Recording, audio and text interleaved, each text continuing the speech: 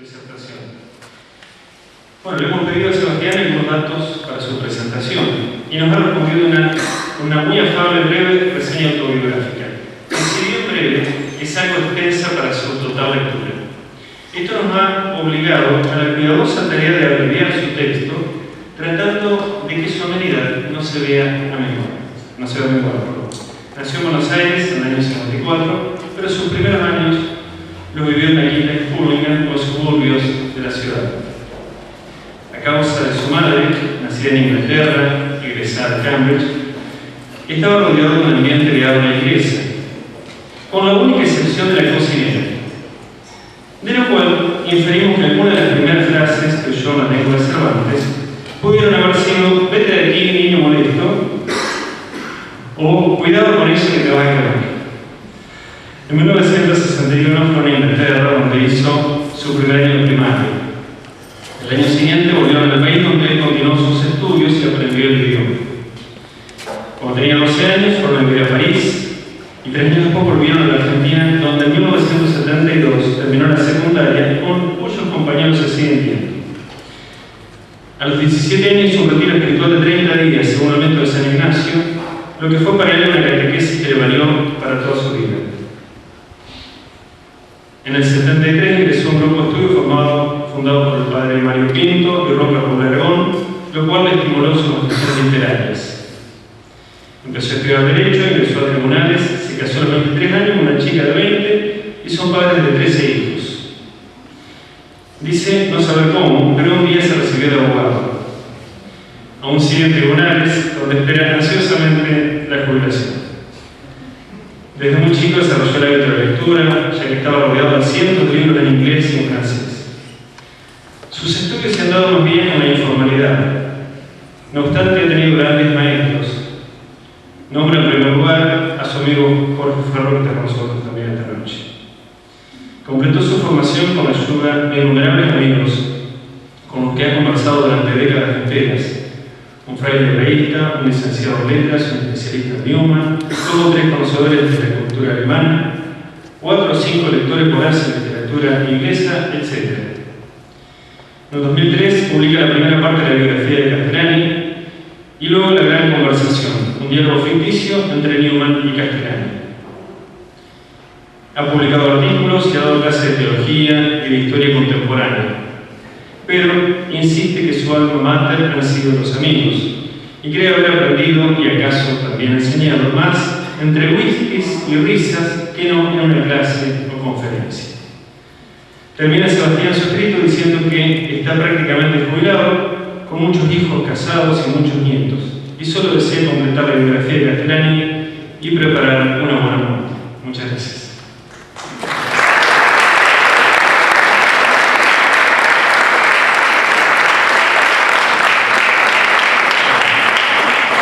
No sé qué hablar, bueno, todavía no empecé a decir nada. Lo que acordamos con Jorge es que yo quería presentarles un poco esta figura paternal de Newman como el gigante que fue y un poco el papá, si ustedes quieren, de toda esa ilustre camada de católicos ingleses que se han destacado en el siglo XX y todavía continúan en el siglo XXI. Ahí hay una cuestión como de genealogía, ¿no? La ejecución de Santo Tomás Moro, había un joven universitario de Oxford que era en un cambio, que era protestante, y dicen que se manchó la levita con una gota de sangre. Y después él fue mártir, a su vez, ¿no? El gran jesuita del mundo cambio, y que a su vez generó, ¿no? Toda esa larga e ilustre sucesión de católicos perseguidos en Inglaterra durante tantos siglos. Y Newman es, como he dicho ya, un gigante que aparece de la manera más asombrosa en el panorama cultural europeo. Él nació, ustedes saben, en muere en 1890, de modo que sigue todo el siglo XIX de su vida. Es típicamente un pensador victoriano de la época de la reina Victoria. Yo lo descubrí en Newman grande, todos nosotros lo descubrimos grande, posiblemente porque había muy malas traducciones al castellano y las traducciones malas realmente pueden hacer mucho daño, ¿no? Porque uno se arrima al lector y ve estas traducciones horribles y se lleva la impresión de que es un muy mal autor, que siendo bien lúcidamente traducido se convierte en una cosa fascinante. Eso no pasó con Newman, me parece.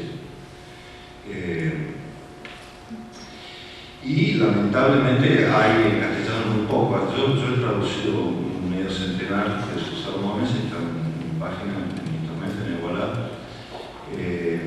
pero hay muy poco en castellano.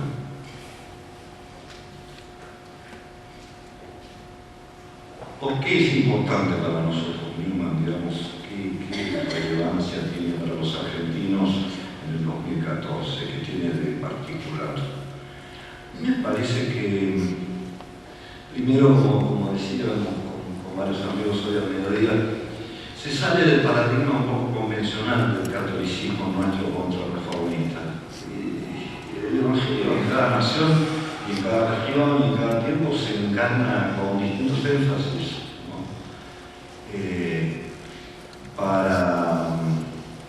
el Castellani, el único cuenta que cuando Fernando quisiera dejarnos los nombres, no lo podía quitar, jesuitas que no eran voluntaristas, que desconocían por completo el casuismo moral, que eran divertidos, que estaban distendidos, que no tenían muchas llaves, como tienen acá, ¿verdad? Porque da una cosa distinta, en cada región el evangelio se encarna en modelo de otra manera. Y Newman era terriblemente inglés. Su sentido del humor se trasunta en su obra. Es un humor muy distinguido, él es un tipo distinguido, ¿no? Como dice Chesterton, capaz de hacer muchas distinciones, eso te hace distinguido. Y tenía un humor muy british, muy suave, ¿no? Sin herir a nadie, nunca, ¿no? Muy caballeresco también, si ustedes quieren. Y su religión es de buen humor, de un talante, se me hace acordar la oración esa de un niño, ¿no? Señor, que los malos sean buenos, los buenos sean simpáticos, ¿no? Él decía, cuando era antes yo pensé que era un santo, ahora me doy cuenta que tenía buena salud. Esa clase de mirada, ¿no? Tan, diría yo, distendida, tan simpática, tampoco, no sé, el catolicismo nuestro a veces parece un poco como nervioso, como tenso, como, no sé, si tengo vocación o no tengo vocación, y esto me dijo, como buscando una frecuencia de FM en la radio, nervioso terminaría decir. Y el catolicismo de Newman uno lo va leyendo y se da cuenta que no, es muy serio, es un tipo muy grave las cosas que dice, pero a la vez como confía en Dios, sabe que Dios es bueno y que lo quiere, y que básicamente, ¿no? Como decía Juliana de Norwich, todo al final va a estar bien, todo va a estar bien. All manner of things will be well. Cosas estarán bien en todas sus formas. Una confianza de que finalmente esto termina bien. Dígame si católicos medianamente ortodoxos en el 2014 si no necesitamos de eso, un poco de eso. Era muy amigo de sus amigos, cultivaba la amistad como pocos. era muy afectuoso. Cuando se murió Ambrose John, que era su hermano, casi del alma, llega ahí donde está velando con la cama y se le tira encima llorando. ¿No? Los maricones ingleses lo han querido poner de patrón, los maricones que como no entienden lo que es la amistad y no entienden que un afecto entre hombres puede ser muy tierno y muy cariñoso, pero no tiene nada que ver, ¿no? Newman era así, y era por eso lo quería todo, se hacía querer mucho, porque era afectuoso. Cuando resolvió irse de Oxford, que la amaba Oxford, pero como resuelve convertirse al catolicismo y no puede seguir en la parroquia como cura inglés y se tiene que ir, resuelve irse de Oxford. Lo vio un jardinero que el tipo, ¿sabe qué estaba haciendo? Se alzaba los árboles llorando uno por uno. Ese es Newman. Es increíble. Y es el papá del río de toda una... que Jorge le va a hablar mucho mejor que yo de lo que él sembró, de lo que él logró. Después, cuando él se hizo católico, perdió todos los contactos, todos los amigos de toda la vida que se escandalizaban porque se había pasado a Roma y se quedó casi sin amigos y sufrió muchísimo. Y se encontró con el catolicismo barroco, el nuestro, el nervioso, el tenso, el que quería sacar como fuera la enfermedad papal, el que, ¿no? Y tuvo dificultades con Manning, con Fabri, con los viejos católicos de otro tiempo, que querían resultados, querían conversiones, pues estaban nerviosos y Newman no. Ahora, ¿quién se murió más? ¿Quién tuvo más efecto? ¿Quién hizo más por el catolicismo en Inglaterra que Newman? Nadie. La cantidad y la calidad de las conversiones que logró, ¿no? Influencia que tuvo sobre los personajes más increíbles. Edgar, por ejemplo, el compositor de Pompa y Circunstancias, ¿no?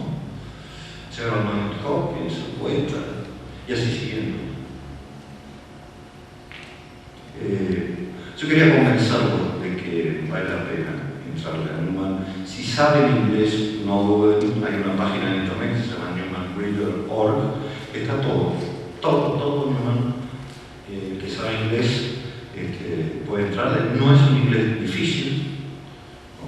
Tiene, por supuesto, obras algunas más subidas, más fáciles, pero los sermones, por ejemplo, son realmente sensacionales.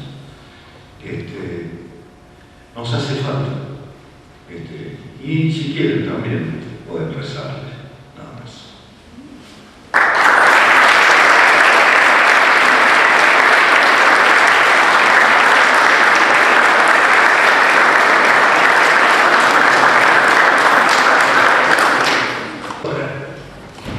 Otra pregunta, digamos, por nuestro tiempo.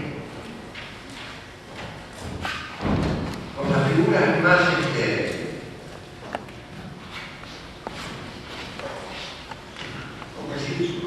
conocidas hoy, que son populares en el cine, por ejemplo, como C.S. Lewis y Tolkien, e ir para atrás y mirar ese contexto, porque cómo aparecen Lewis y Tolkien en un país muy difícil para el catolicismo. Lewis nunca de hecho se convirtió, pero eso es otra cuestión, ¿no?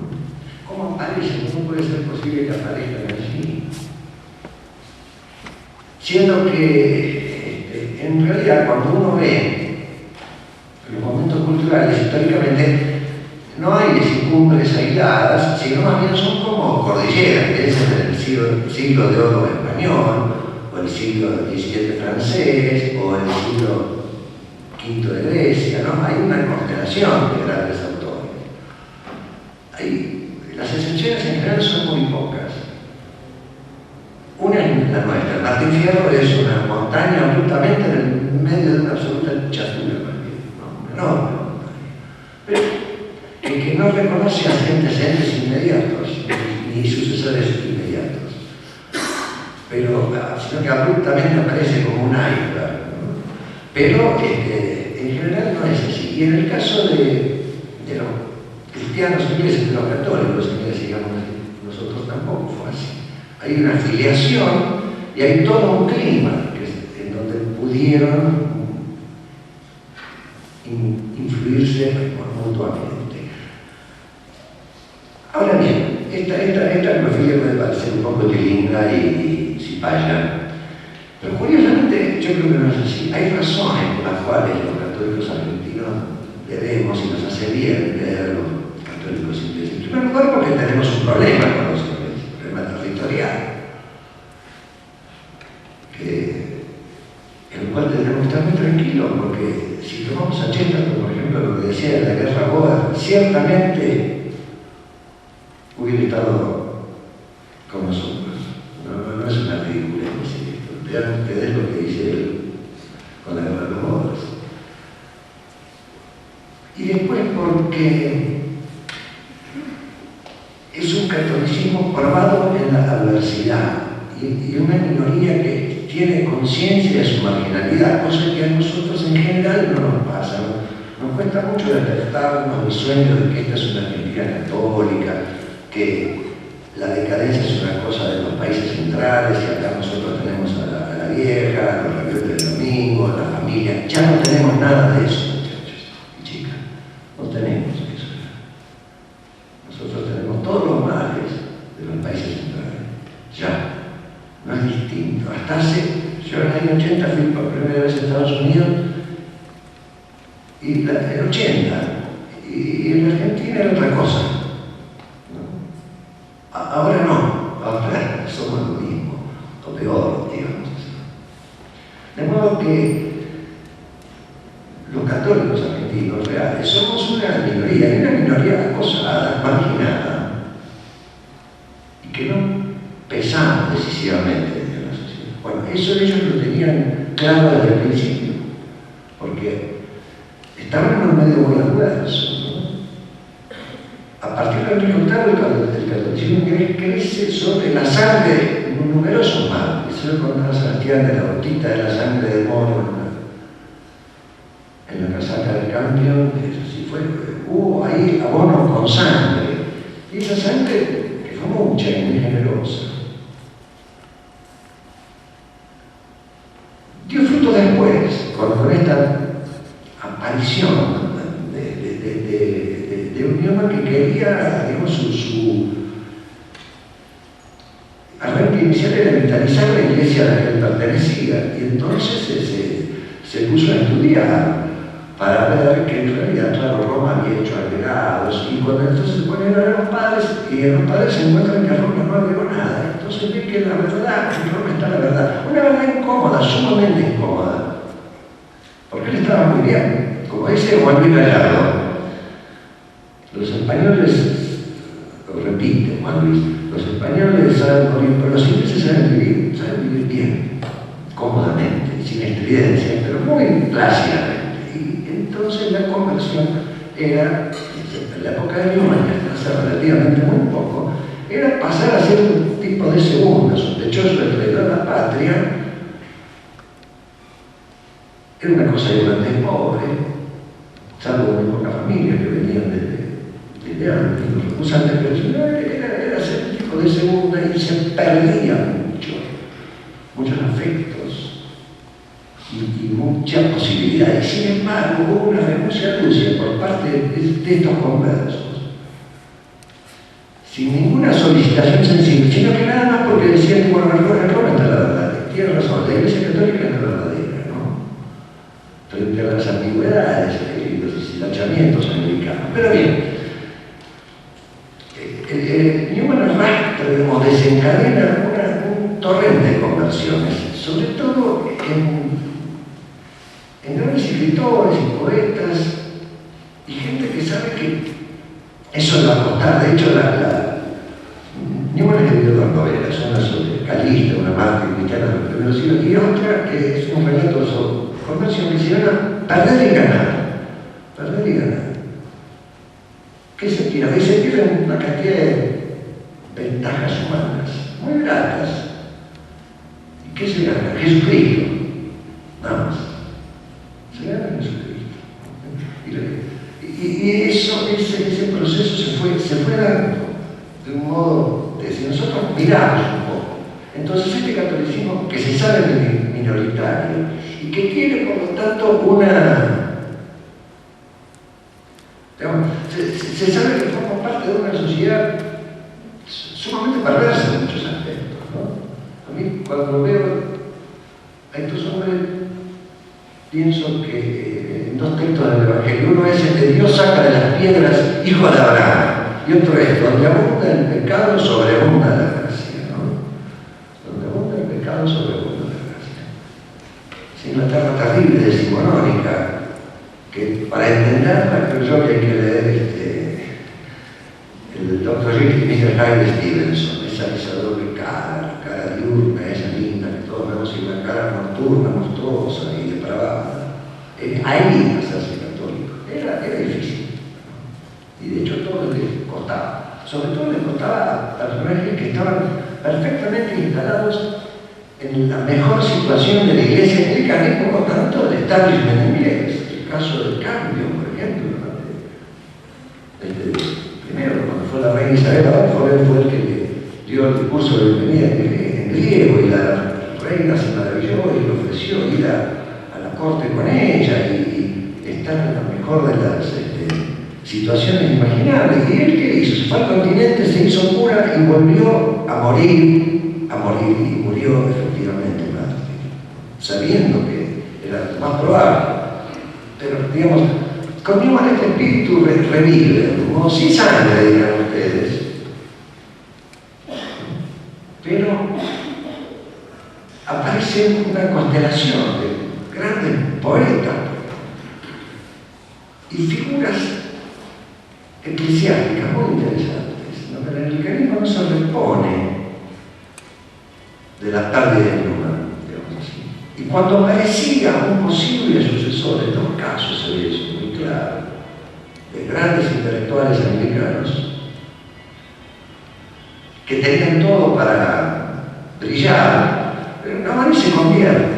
Primero es el sobre fines del 19, Robert Hugh Benson, una familia muy importante, el padre de Robert Hugh Benson. Acá nosotros lo conocemos porque Castellani tradujo de él El Señor del Mundo, que es una novela apocalíptica.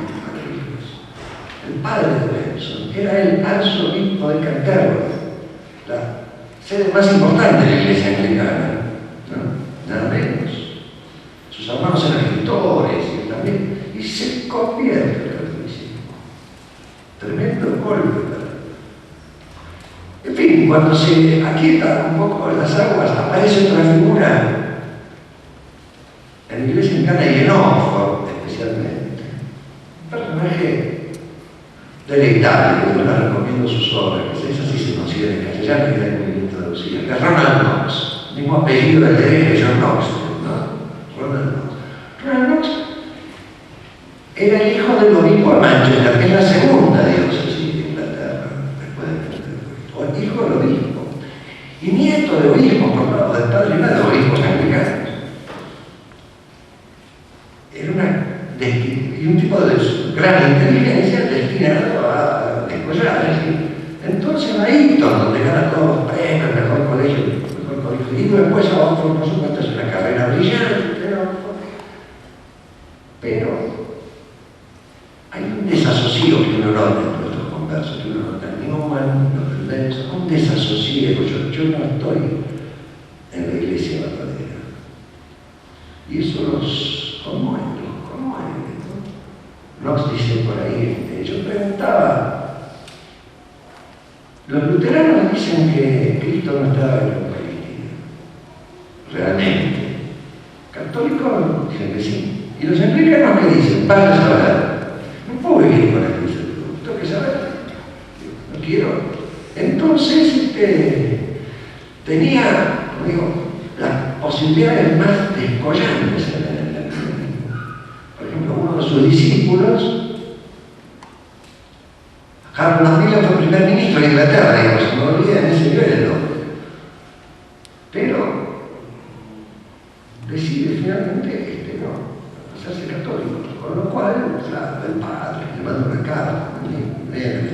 haciendo quedar un poco desacomodado, y yo le digo, bueno, papá, pero esto es así, con mucha tranquilidad.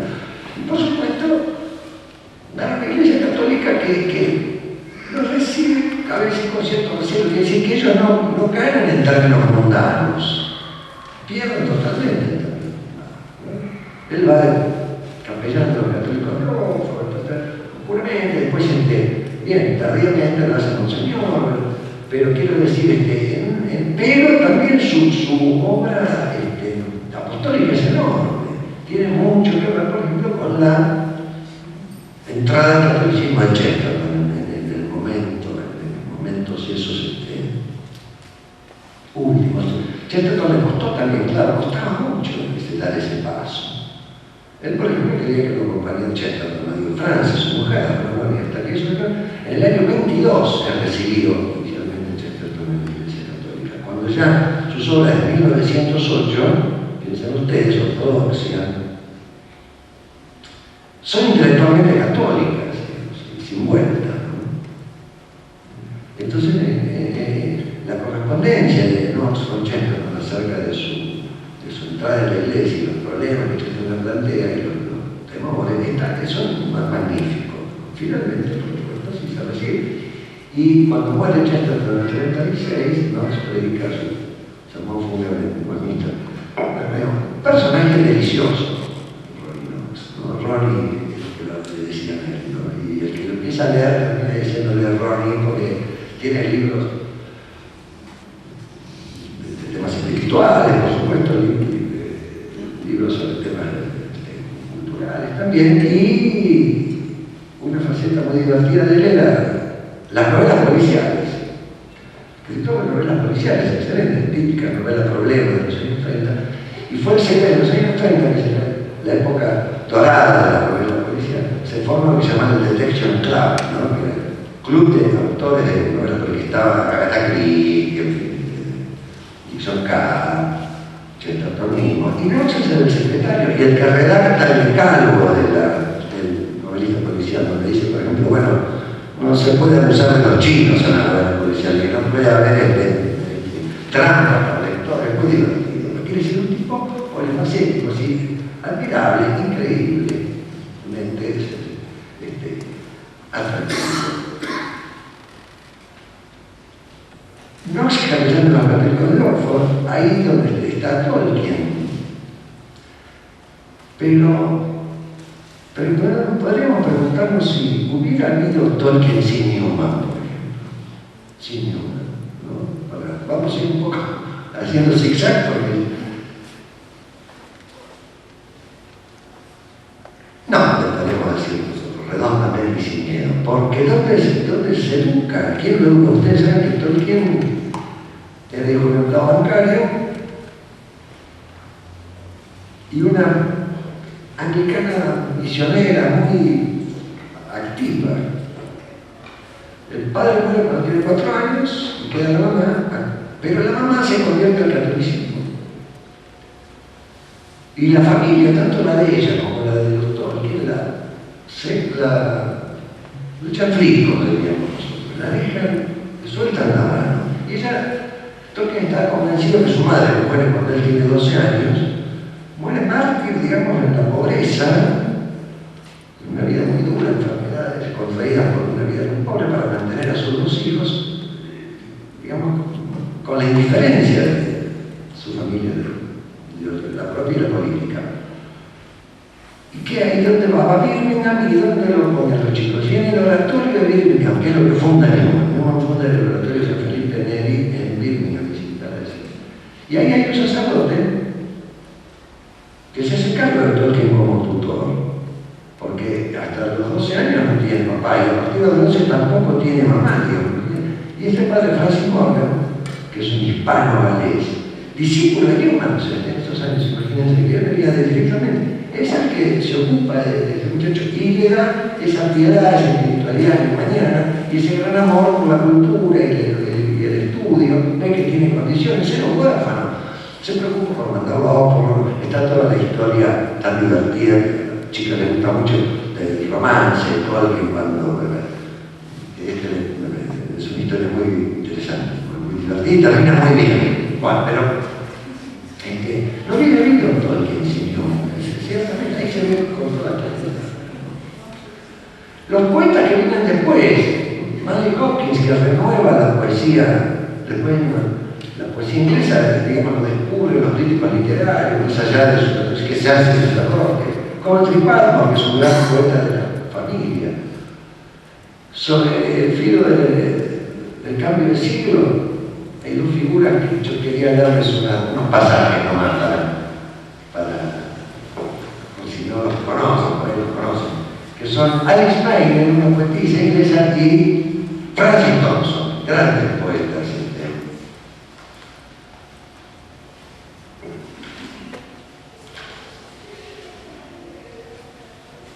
Francis Thompson está totalmente destruido por los vicios y la bebida. Y Alice Meyer lo ayuda, lo rescatan, finalmente lo sostienen, y él escribe algunas cosas maravillosas que yo les recomiendo a los que les gusten los versos. A mí me gusta el verso como suena el verso. Y tenemos en sí una traducción, por ejemplo, de Thompson. Hay muy buenas traducciones en español, buenísimas, excelentes, hechas para orgullo nuestro por un argentino, las mejores traducciones, por Carlos Sáenz, tío del padre Alfredo Sáenz, muy digamos, querendón de Paraná, que tiene mucho Paraná, ¿no? Este tío es traductor espléndido. Entonces, por ejemplo, el texto para mí más lindo de Thompson se llama El rebelde del cielo, el perro de casa, el cielo, el sabueso, de Hamlet. Entonces es el hombre que huye de Dios y Dios que lo persigue como el perro de casa. La ley nada más que dos estrofitas. La primera, traducida por Carlos Sáenz. Ustedes tratan de pescar la música del verso, ¿no? Le huía noche y día a través de los arcos de los años, y le huía a porfía por entre los tortuosos aledaños de mi alma, y me cubría con la niebla del llanto o con la carcajada como un manto. Estos somos nosotros cuando huimos de Dios. Y cuando huimos de Dios nos aferramos desordenadamente a las cosas, pero las cosas no defraudan, como va a decir el poeta, ¿no? Entonces el sabueso le dice la voz de Dios: ¿crees que la tierra gime destrozada? Todo te huye porque tú me huyes. Cuando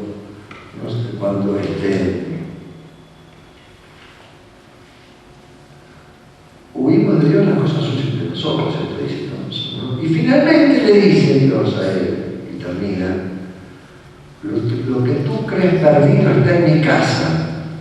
Levántate, toma mi mano y pasa. Los pasos se han quedado junto al vano. ¿Acaso tu tiniebla que me ofusca sea solo la sombra de su mano? Y le dice Dios: oh loco ciego, enfermo que te abrazas, pues buscas el amor, a mí me buscas, y lo rechazas cuando me rechazas. Esto es magnífico, que lo pueden leer con gran fruto, ¿no? Y hay Meyer, que es la que lo ayuda también, una poetisa católica, amiga de Chesterton, que es un texto muy breve, que se llama La Pastora, ¿no? Entonces ella va a jugar con el cuidado que la pastora tiene de las ovejas respecto de nosotros con nuestros pensamientos. Dice: ella camina, la dama de mi delicia, pastora de ovejas, sus rebaños son pensamientos, ella los conserva blancos, los cuida de la vista, los alimenta con alturas fragantes y los recoge en el sueño. Entonces, así tenemos que ser nosotros, llevar nuestros pensamientos a pastos salubres, a aguas sanas, y cuidarlos que no se despeguen por el ánimo. Una resulta de gran utilidad para la vida espiritual, digamos, para gobernar, ¿no? Esta es este alimento. En estos años, también, sobre el filo del cambio de siglo, Chesterton, muy joven, también hace versos. Con esto también hace versos. Hay uno que dice, que anota en un cuaderno de apuntes, era muy joven.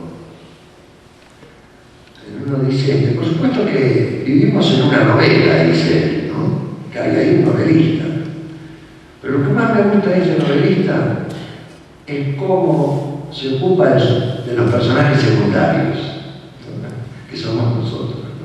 Y tiene un texto muy bonito que dice: había un hombre que habitaba en Oriente hace siglos, y ahora no puedo mirar un gorrión, o una oveja, un lirio, o un campo de mieses, una puesta de sol, un viñedo o un monte, sin pensar en él. Siento no ser divino, ¿qué lo es? Claro, Chesterton está ya diríamos en el borde de esta bisagra entre la generación de Newman y la que va a seguir de Rex. Entonces, Chesterton sería interesante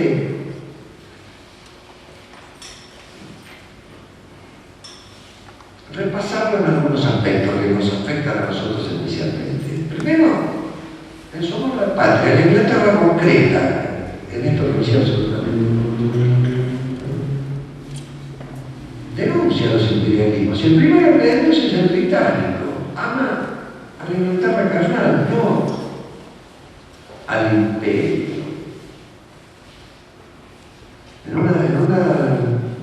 En uno de sus cuentos muy divertidos de Poéticos Lunáticos hay un diálogo entre un doctor y un pintor, Gabriel Geller, el protagonista. El doctor dice: dicen que el sol no se pone nunca en el imperio británico. El pintor le dice: me tiene sin cuidado el imperio. En el fondo uno no se imagina una hostería inglesa en la cumbre del Everest o el canal de Suez, pero daría mi vida por ir empleada dando nueva vida a las muertas hosterías de Inglaterra y haciéndolas de nuevo inglesas y cristianas. Es decir que nosotros que tenemos largamente el dolor de la patria víctima, Chesterton siente doblemente. La patria víctima también, porque la primera víctima de esa situación es la Inglaterra completa. Y la patria victimaria también, se lo avergüenza los crímenes de su patria, por ejemplo, en Irlanda, que es un tema que él ha tratado largamente, ¿no?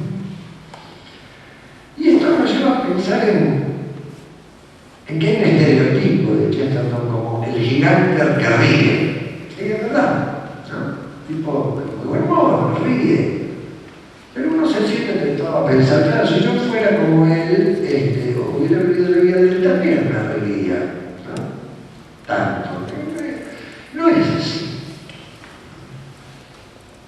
Por supuesto que es alegría, pero esa alegría brota de la asunción de profundos y tremendos dolores, de tremendos dolores, porque me parece que hay como una especie de simetría.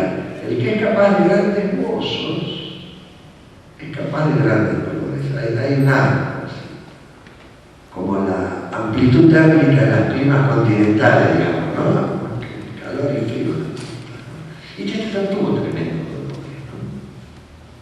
Se insiste tal vez demasiado en el optimismo de Chesterton, pero cuando habla del dolor, él habla de lo que conoce. Fue un hombre que sufrió. Claro que no hizo tentación de esos dolores, sino que con recato viril supo velarlos y destilar con ellos consuelo para los demás. Para mí, Chesterton pone como pocos en acto una frase de Newman, que a mí más me gusta, que es cuando dice: que mis tinieblas sean la luz de los demás.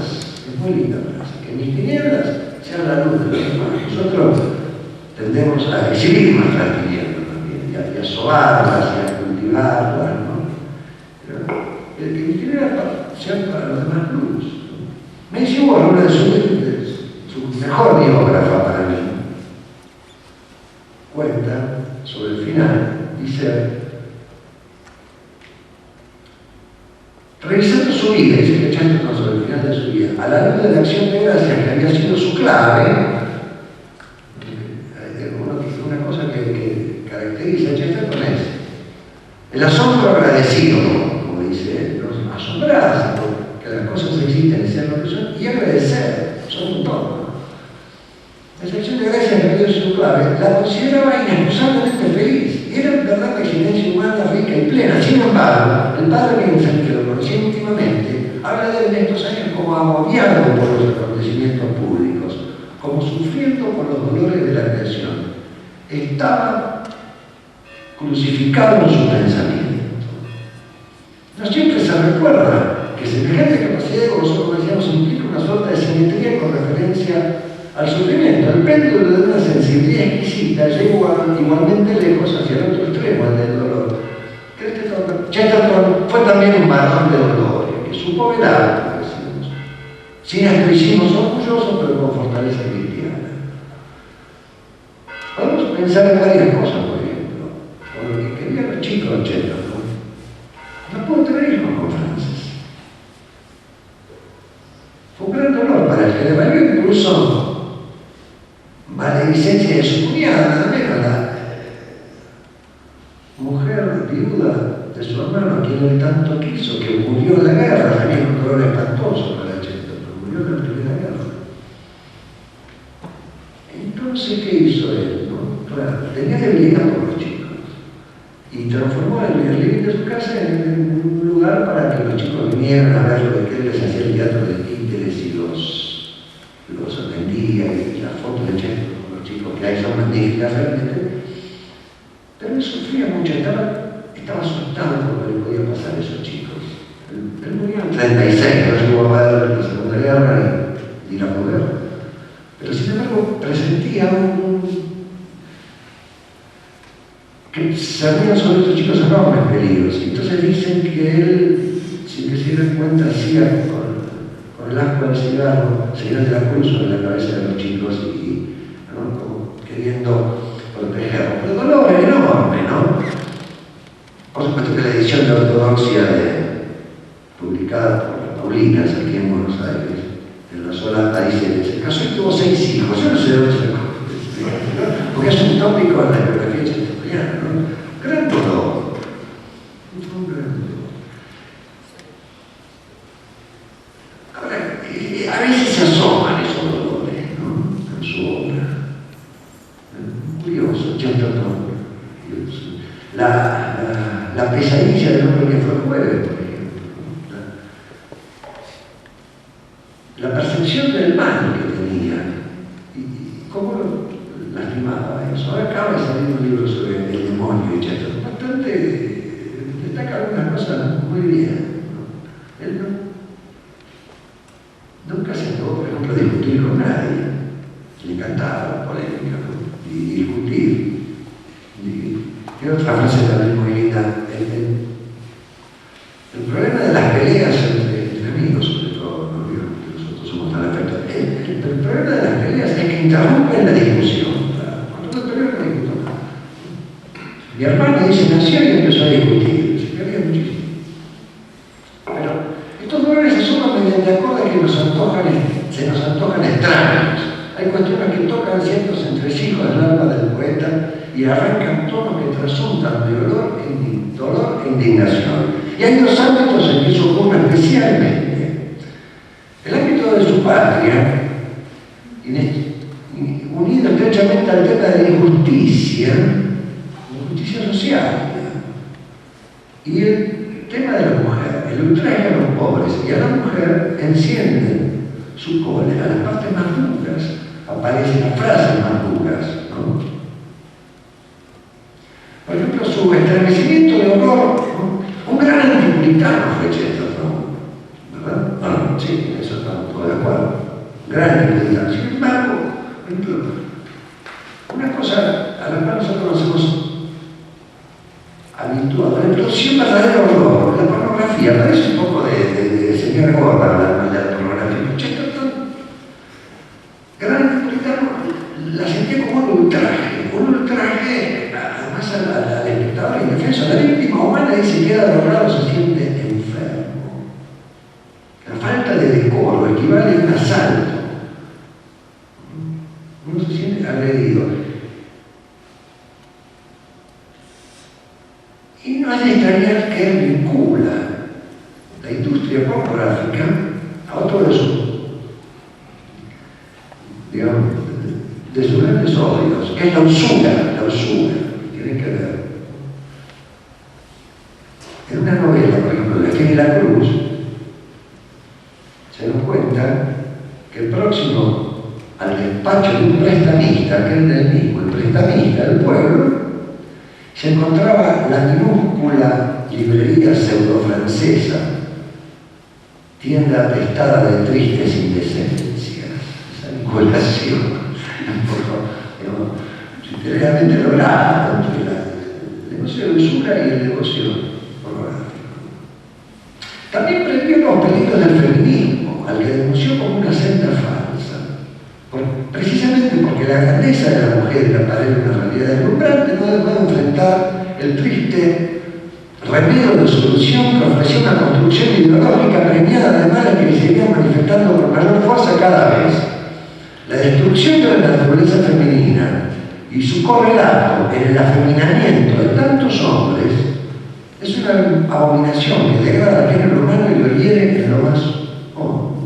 Nos cuenta Messi Borg, que decía a menudo que lo importante para un país era que los hombres fueran viriles y las mujeres femeninas, lo que él odiaba del híbrido moderno, la mujer que invade el aspecto masculino de la vida. Nadie había dicho en una carta de la época de su noviazgo, se complace tan fieramente como yo en que las cosas sean lo que son. Y tanto él como Frances se divertían. Frances era su novia, después fue su mujer. Se divertían con esa eterna igualdad que Gilbert veía en los sexos mientras mantuviese su eterna distinción. La única igualdad posible es que sean distintos. Si todos se esfuerzan en ser rojo, algunas son más rojas que otras, pero hay una igualdad eterna e inalterable entre el rojo y el verde. El hombre y la mujer son iguales. Ahora, si eso es cosa y las cosas que le escribe a Frances son magníficas, ¿no? Parece un poco también, podría parecer un poco menos, sin embargo, fíjense, una carta que le escribe ella. Delante de la lealtad visitada del cielo encendía selección de gracia 4 lámparas. La primera, por haber sido creada de la misma tierra como lo fue una mujer como tú. La segunda, por no haber ido a pesar de sus muchas faltas tras mujeres extrañas, ¿no? Puedes pensar cómo la contención de un hombre es recompensada en esto.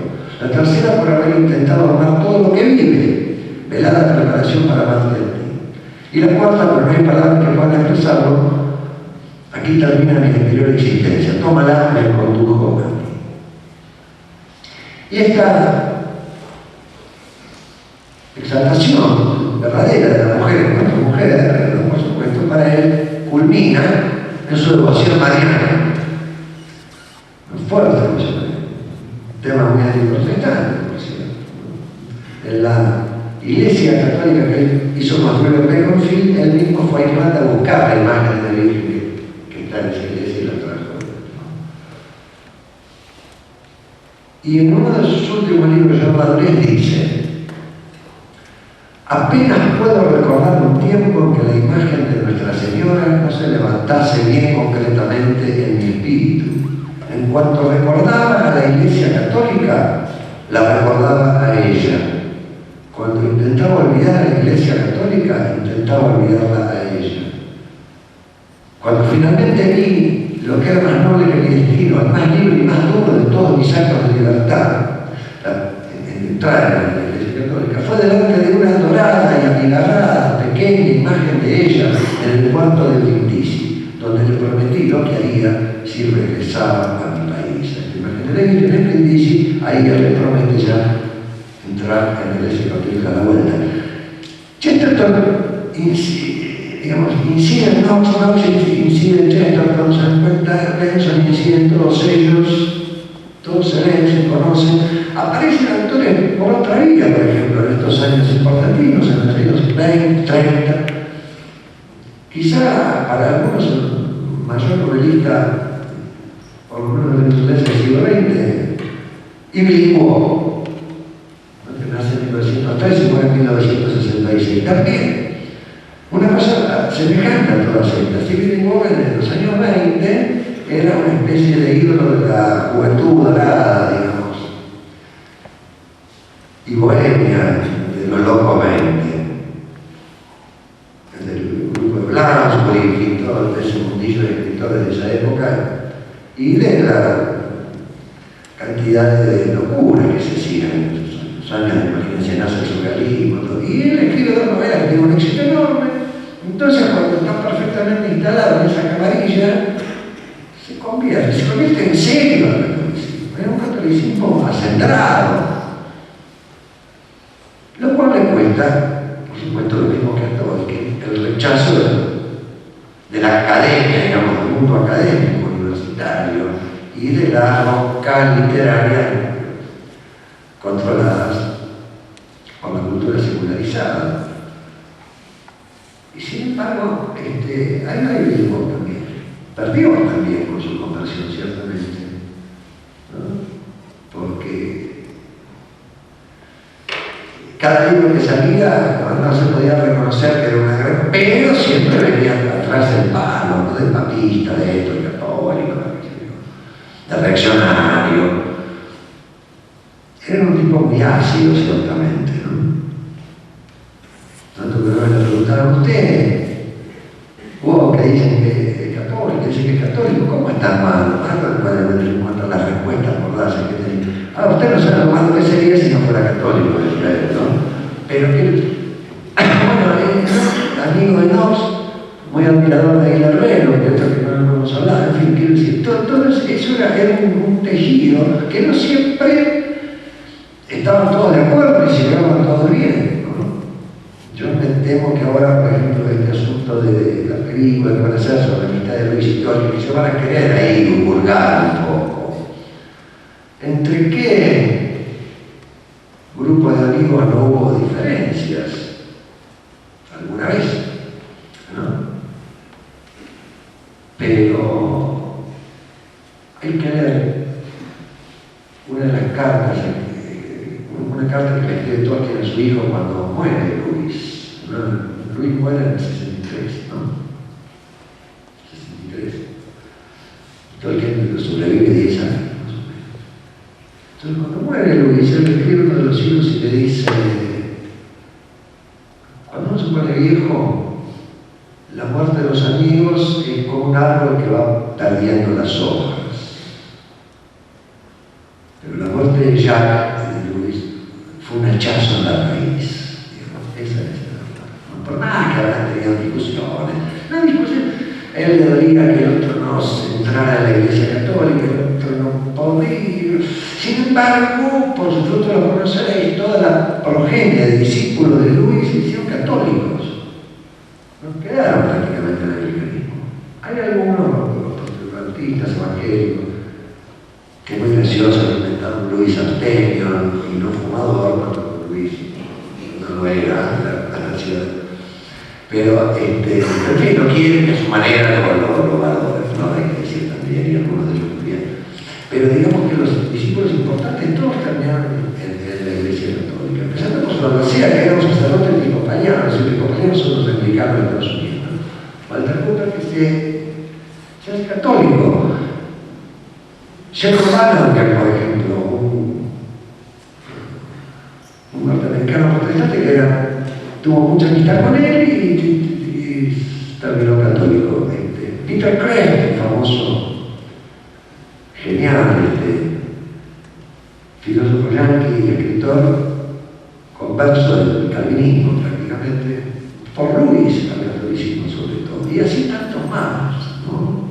Se fenómeno de conversiones no cesan. Conversiones a una iglesia, digamos, más exigente, no menos exigente, ¿no? Que no se complace en el ecumenismo vago, sino que al contrario, ¿no? Y ese desasosiego que se ha visto en Newman, Benson, Knox, lo vemos, lo hemos visto después, hasta ahora, por ejemplo, del caso de Cottham, no sé si ustedes han leído el libro de él, muy interesante también, un estudiante de teología, un teólogo protestante, que se pone a pensar, así como Newman se puso a leer a los padres para ver las cosas que había agregado Roma, que no estaban en la tradición de la iglesia, y creo que estaban todas. Claro, otro hubiera dejado ahí, pero él, Roma tiene razón. Cottham, el libro se llama, creo en castellano, Roma Dulce Hogar, y es horrible, porque es un juego de palabras en inglés, Rome, Sweet Home, ¿no? Roma, dulce hogar. Pero él, protestante, dice los dos principios de Lutero, que son sola fide y sola escritura, sola fe y sola escritura, ¿no? No está en la escritura. Entonces empezó a preguntar a su profesora, incluso le fue a preguntar a los católicos, y algunos le dijeron, pero usted para qué se va a convertir si al final todo... pero se convirtió igual, ¿no? Y dio un testimonio magnífico, lo mismo creen, lo mismo todos estos, lo mismo, o sea, una cantidad de conversaciones muy importantes, ¿no? Thomas Howard, por ejemplo, y todos de manos de Luis, ¿no? Así que buscar después los detalles, si Tolkien, si Charles Williams, qué sé yo, si tenía el seno, si no se tenía discusiones con todos los grupos posibles. Pero una amistad duradera y fecunda, como pocas, ¿no? De pareja, ¿no? Más bien. Tolkien era bastante más llevado literariamente, entonces Luis lo elogiaba, le parecía fantástico. Y la cosa de Luis le decía, no me gusta tanto, es muy explícito, y discutían, en un nivel además académico y muy serio, hay que ver la correspondencia, ¿no? Hay una anécdota, con esto terminamos prácticamente, que encontré en el libro de un jesuita, porque claro, detrás de ellos había también una serie de sacerdotes muy razonables que los acompañaban en todo esto. Mi padre, Martín Darcy, un jesuita inglés, le cuenta al norteamericano que lo transcribe, una cosa que pasó mucho tiempo después, ¿no? Le cuenta mucho tiempo después, digamos, una cosa sobre los fines de la década del 30, que es cuando Knox se hace cargo de la capellanía de los católicos de Oxford. Entonces tenían un lugar muy chiquito y él consiguió un salón más grande, charlas, entonces decide inaugurarlo y lo invita a Bellon a dar una conferencia, una charla. O sea que ahí ya teníamos bastante cerebro ahí, evidentemente estaba Knox, ¿no? Estaba Bellon hablando, y así el cura estaba sentado ahí entre la gente, y Bellon que en un momento dice algo de que bueno, en fin, en realidad la presencia sajona, estrictamente hablando de Inglaterra, no fue tan importante frente a, digamos, otros elementos como pueden ser los británicos de origen celta romanizados y después lo normal, una cosa así, una discusión histórica, la larga. Entonces dice, así yo tenía al lado mío el tipo que más sabía de los sajones en Oxford, por lo tanto pensaba en Inglaterra y por lo tanto en el mundo, el tipo que más sabía del tema sajón, que era un profesor, dice, de anglosajón, de sajón antiguo en Oxford, y que había escrito una novelita para el chico que se llamaba El Hobbit. Era católico, y estaba ahí, dice Tolkien. Entonces digo, che, Tolkien, escúchame, ¿por qué no le contesta? Entonces dice, yo le voy a contestar así sin preparar. No, yo tengo que estudiar y después vengo y le puedo preguntar así ahora. Entonces yo digo, con una conjunción verdaderamente en un lugar como este de unas cabezas muy importantes y de calidad.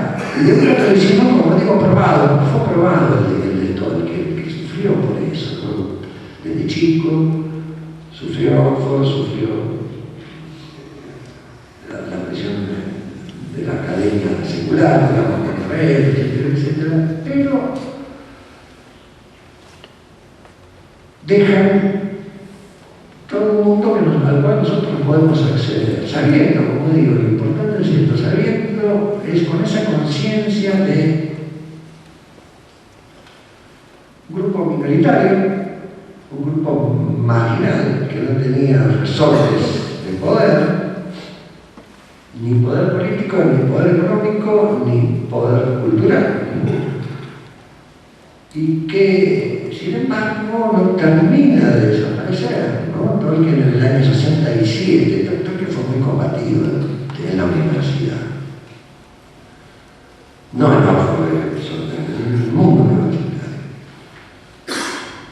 Por celos, digamos, de los intelectuales, y envidia un poco. Entonces, en el año 67 hay un artículo muy divertido que saca uno de estos doctores que dice, claro, por suerte se terminó esta moda de Tolkien, ya se terminó, fue una moda pasajera. En el 67, dice eso, Señor de los Anillos había salido en el 55, 54, 55. Menos mal que ya terminó, ya pasó, fue una moda más. No fue así, evidentemente. Mientras que muchos autores, producto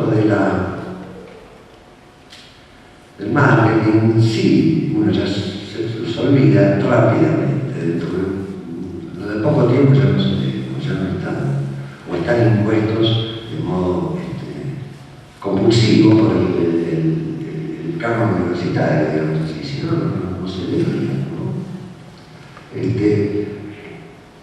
no es así. Tolkien creció por el boca a boca, digamos, en realidad, ¿no? Por su valor intrínseco, porque hace bien leerlo, eso no quiere decir que le tenga que gustar a todos, ¿no? Los gustos literarios son subjetivos. Ahora, acá tenemos y entre ellos, por ejemplo, si a Luis no le gustaba Hugo, no lo entendía, y uno dice, ¿cómo le puede gustar si a mí me encantan los dos? Y bueno, pero una cosa de sensibilidad, que no siempre son así tan racionales, ¿no?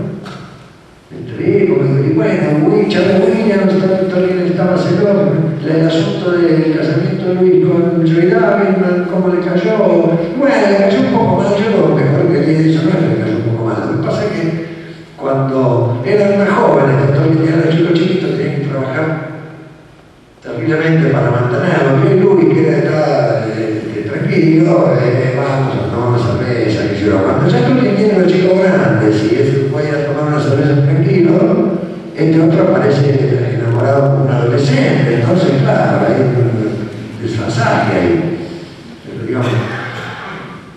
Pero de todos modos, más allá de esas cosas,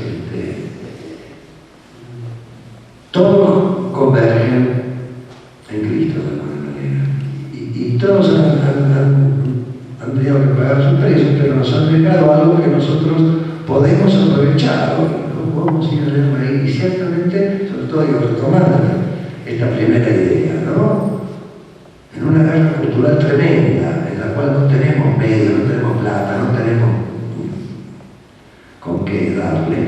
Y sin embargo, la verdad a la larga resplandece. En ese sentido, creo yo que tenemos que estar tranquilos, confiados, y tener esperanza, estar esperanzados. No dejarnos abatir por el desánimo, que es. Tenemos razones para el desánimo, ciertamente. Sí. Pero no tenemos que dejar abatir, ¿no? Imagínense lo que era la iglesia inglesa en el siglo XIX, lo que es el siglo XIX, sin embargo, vale la pena seguir adelante. Así que bueno, muchas gracias por todo.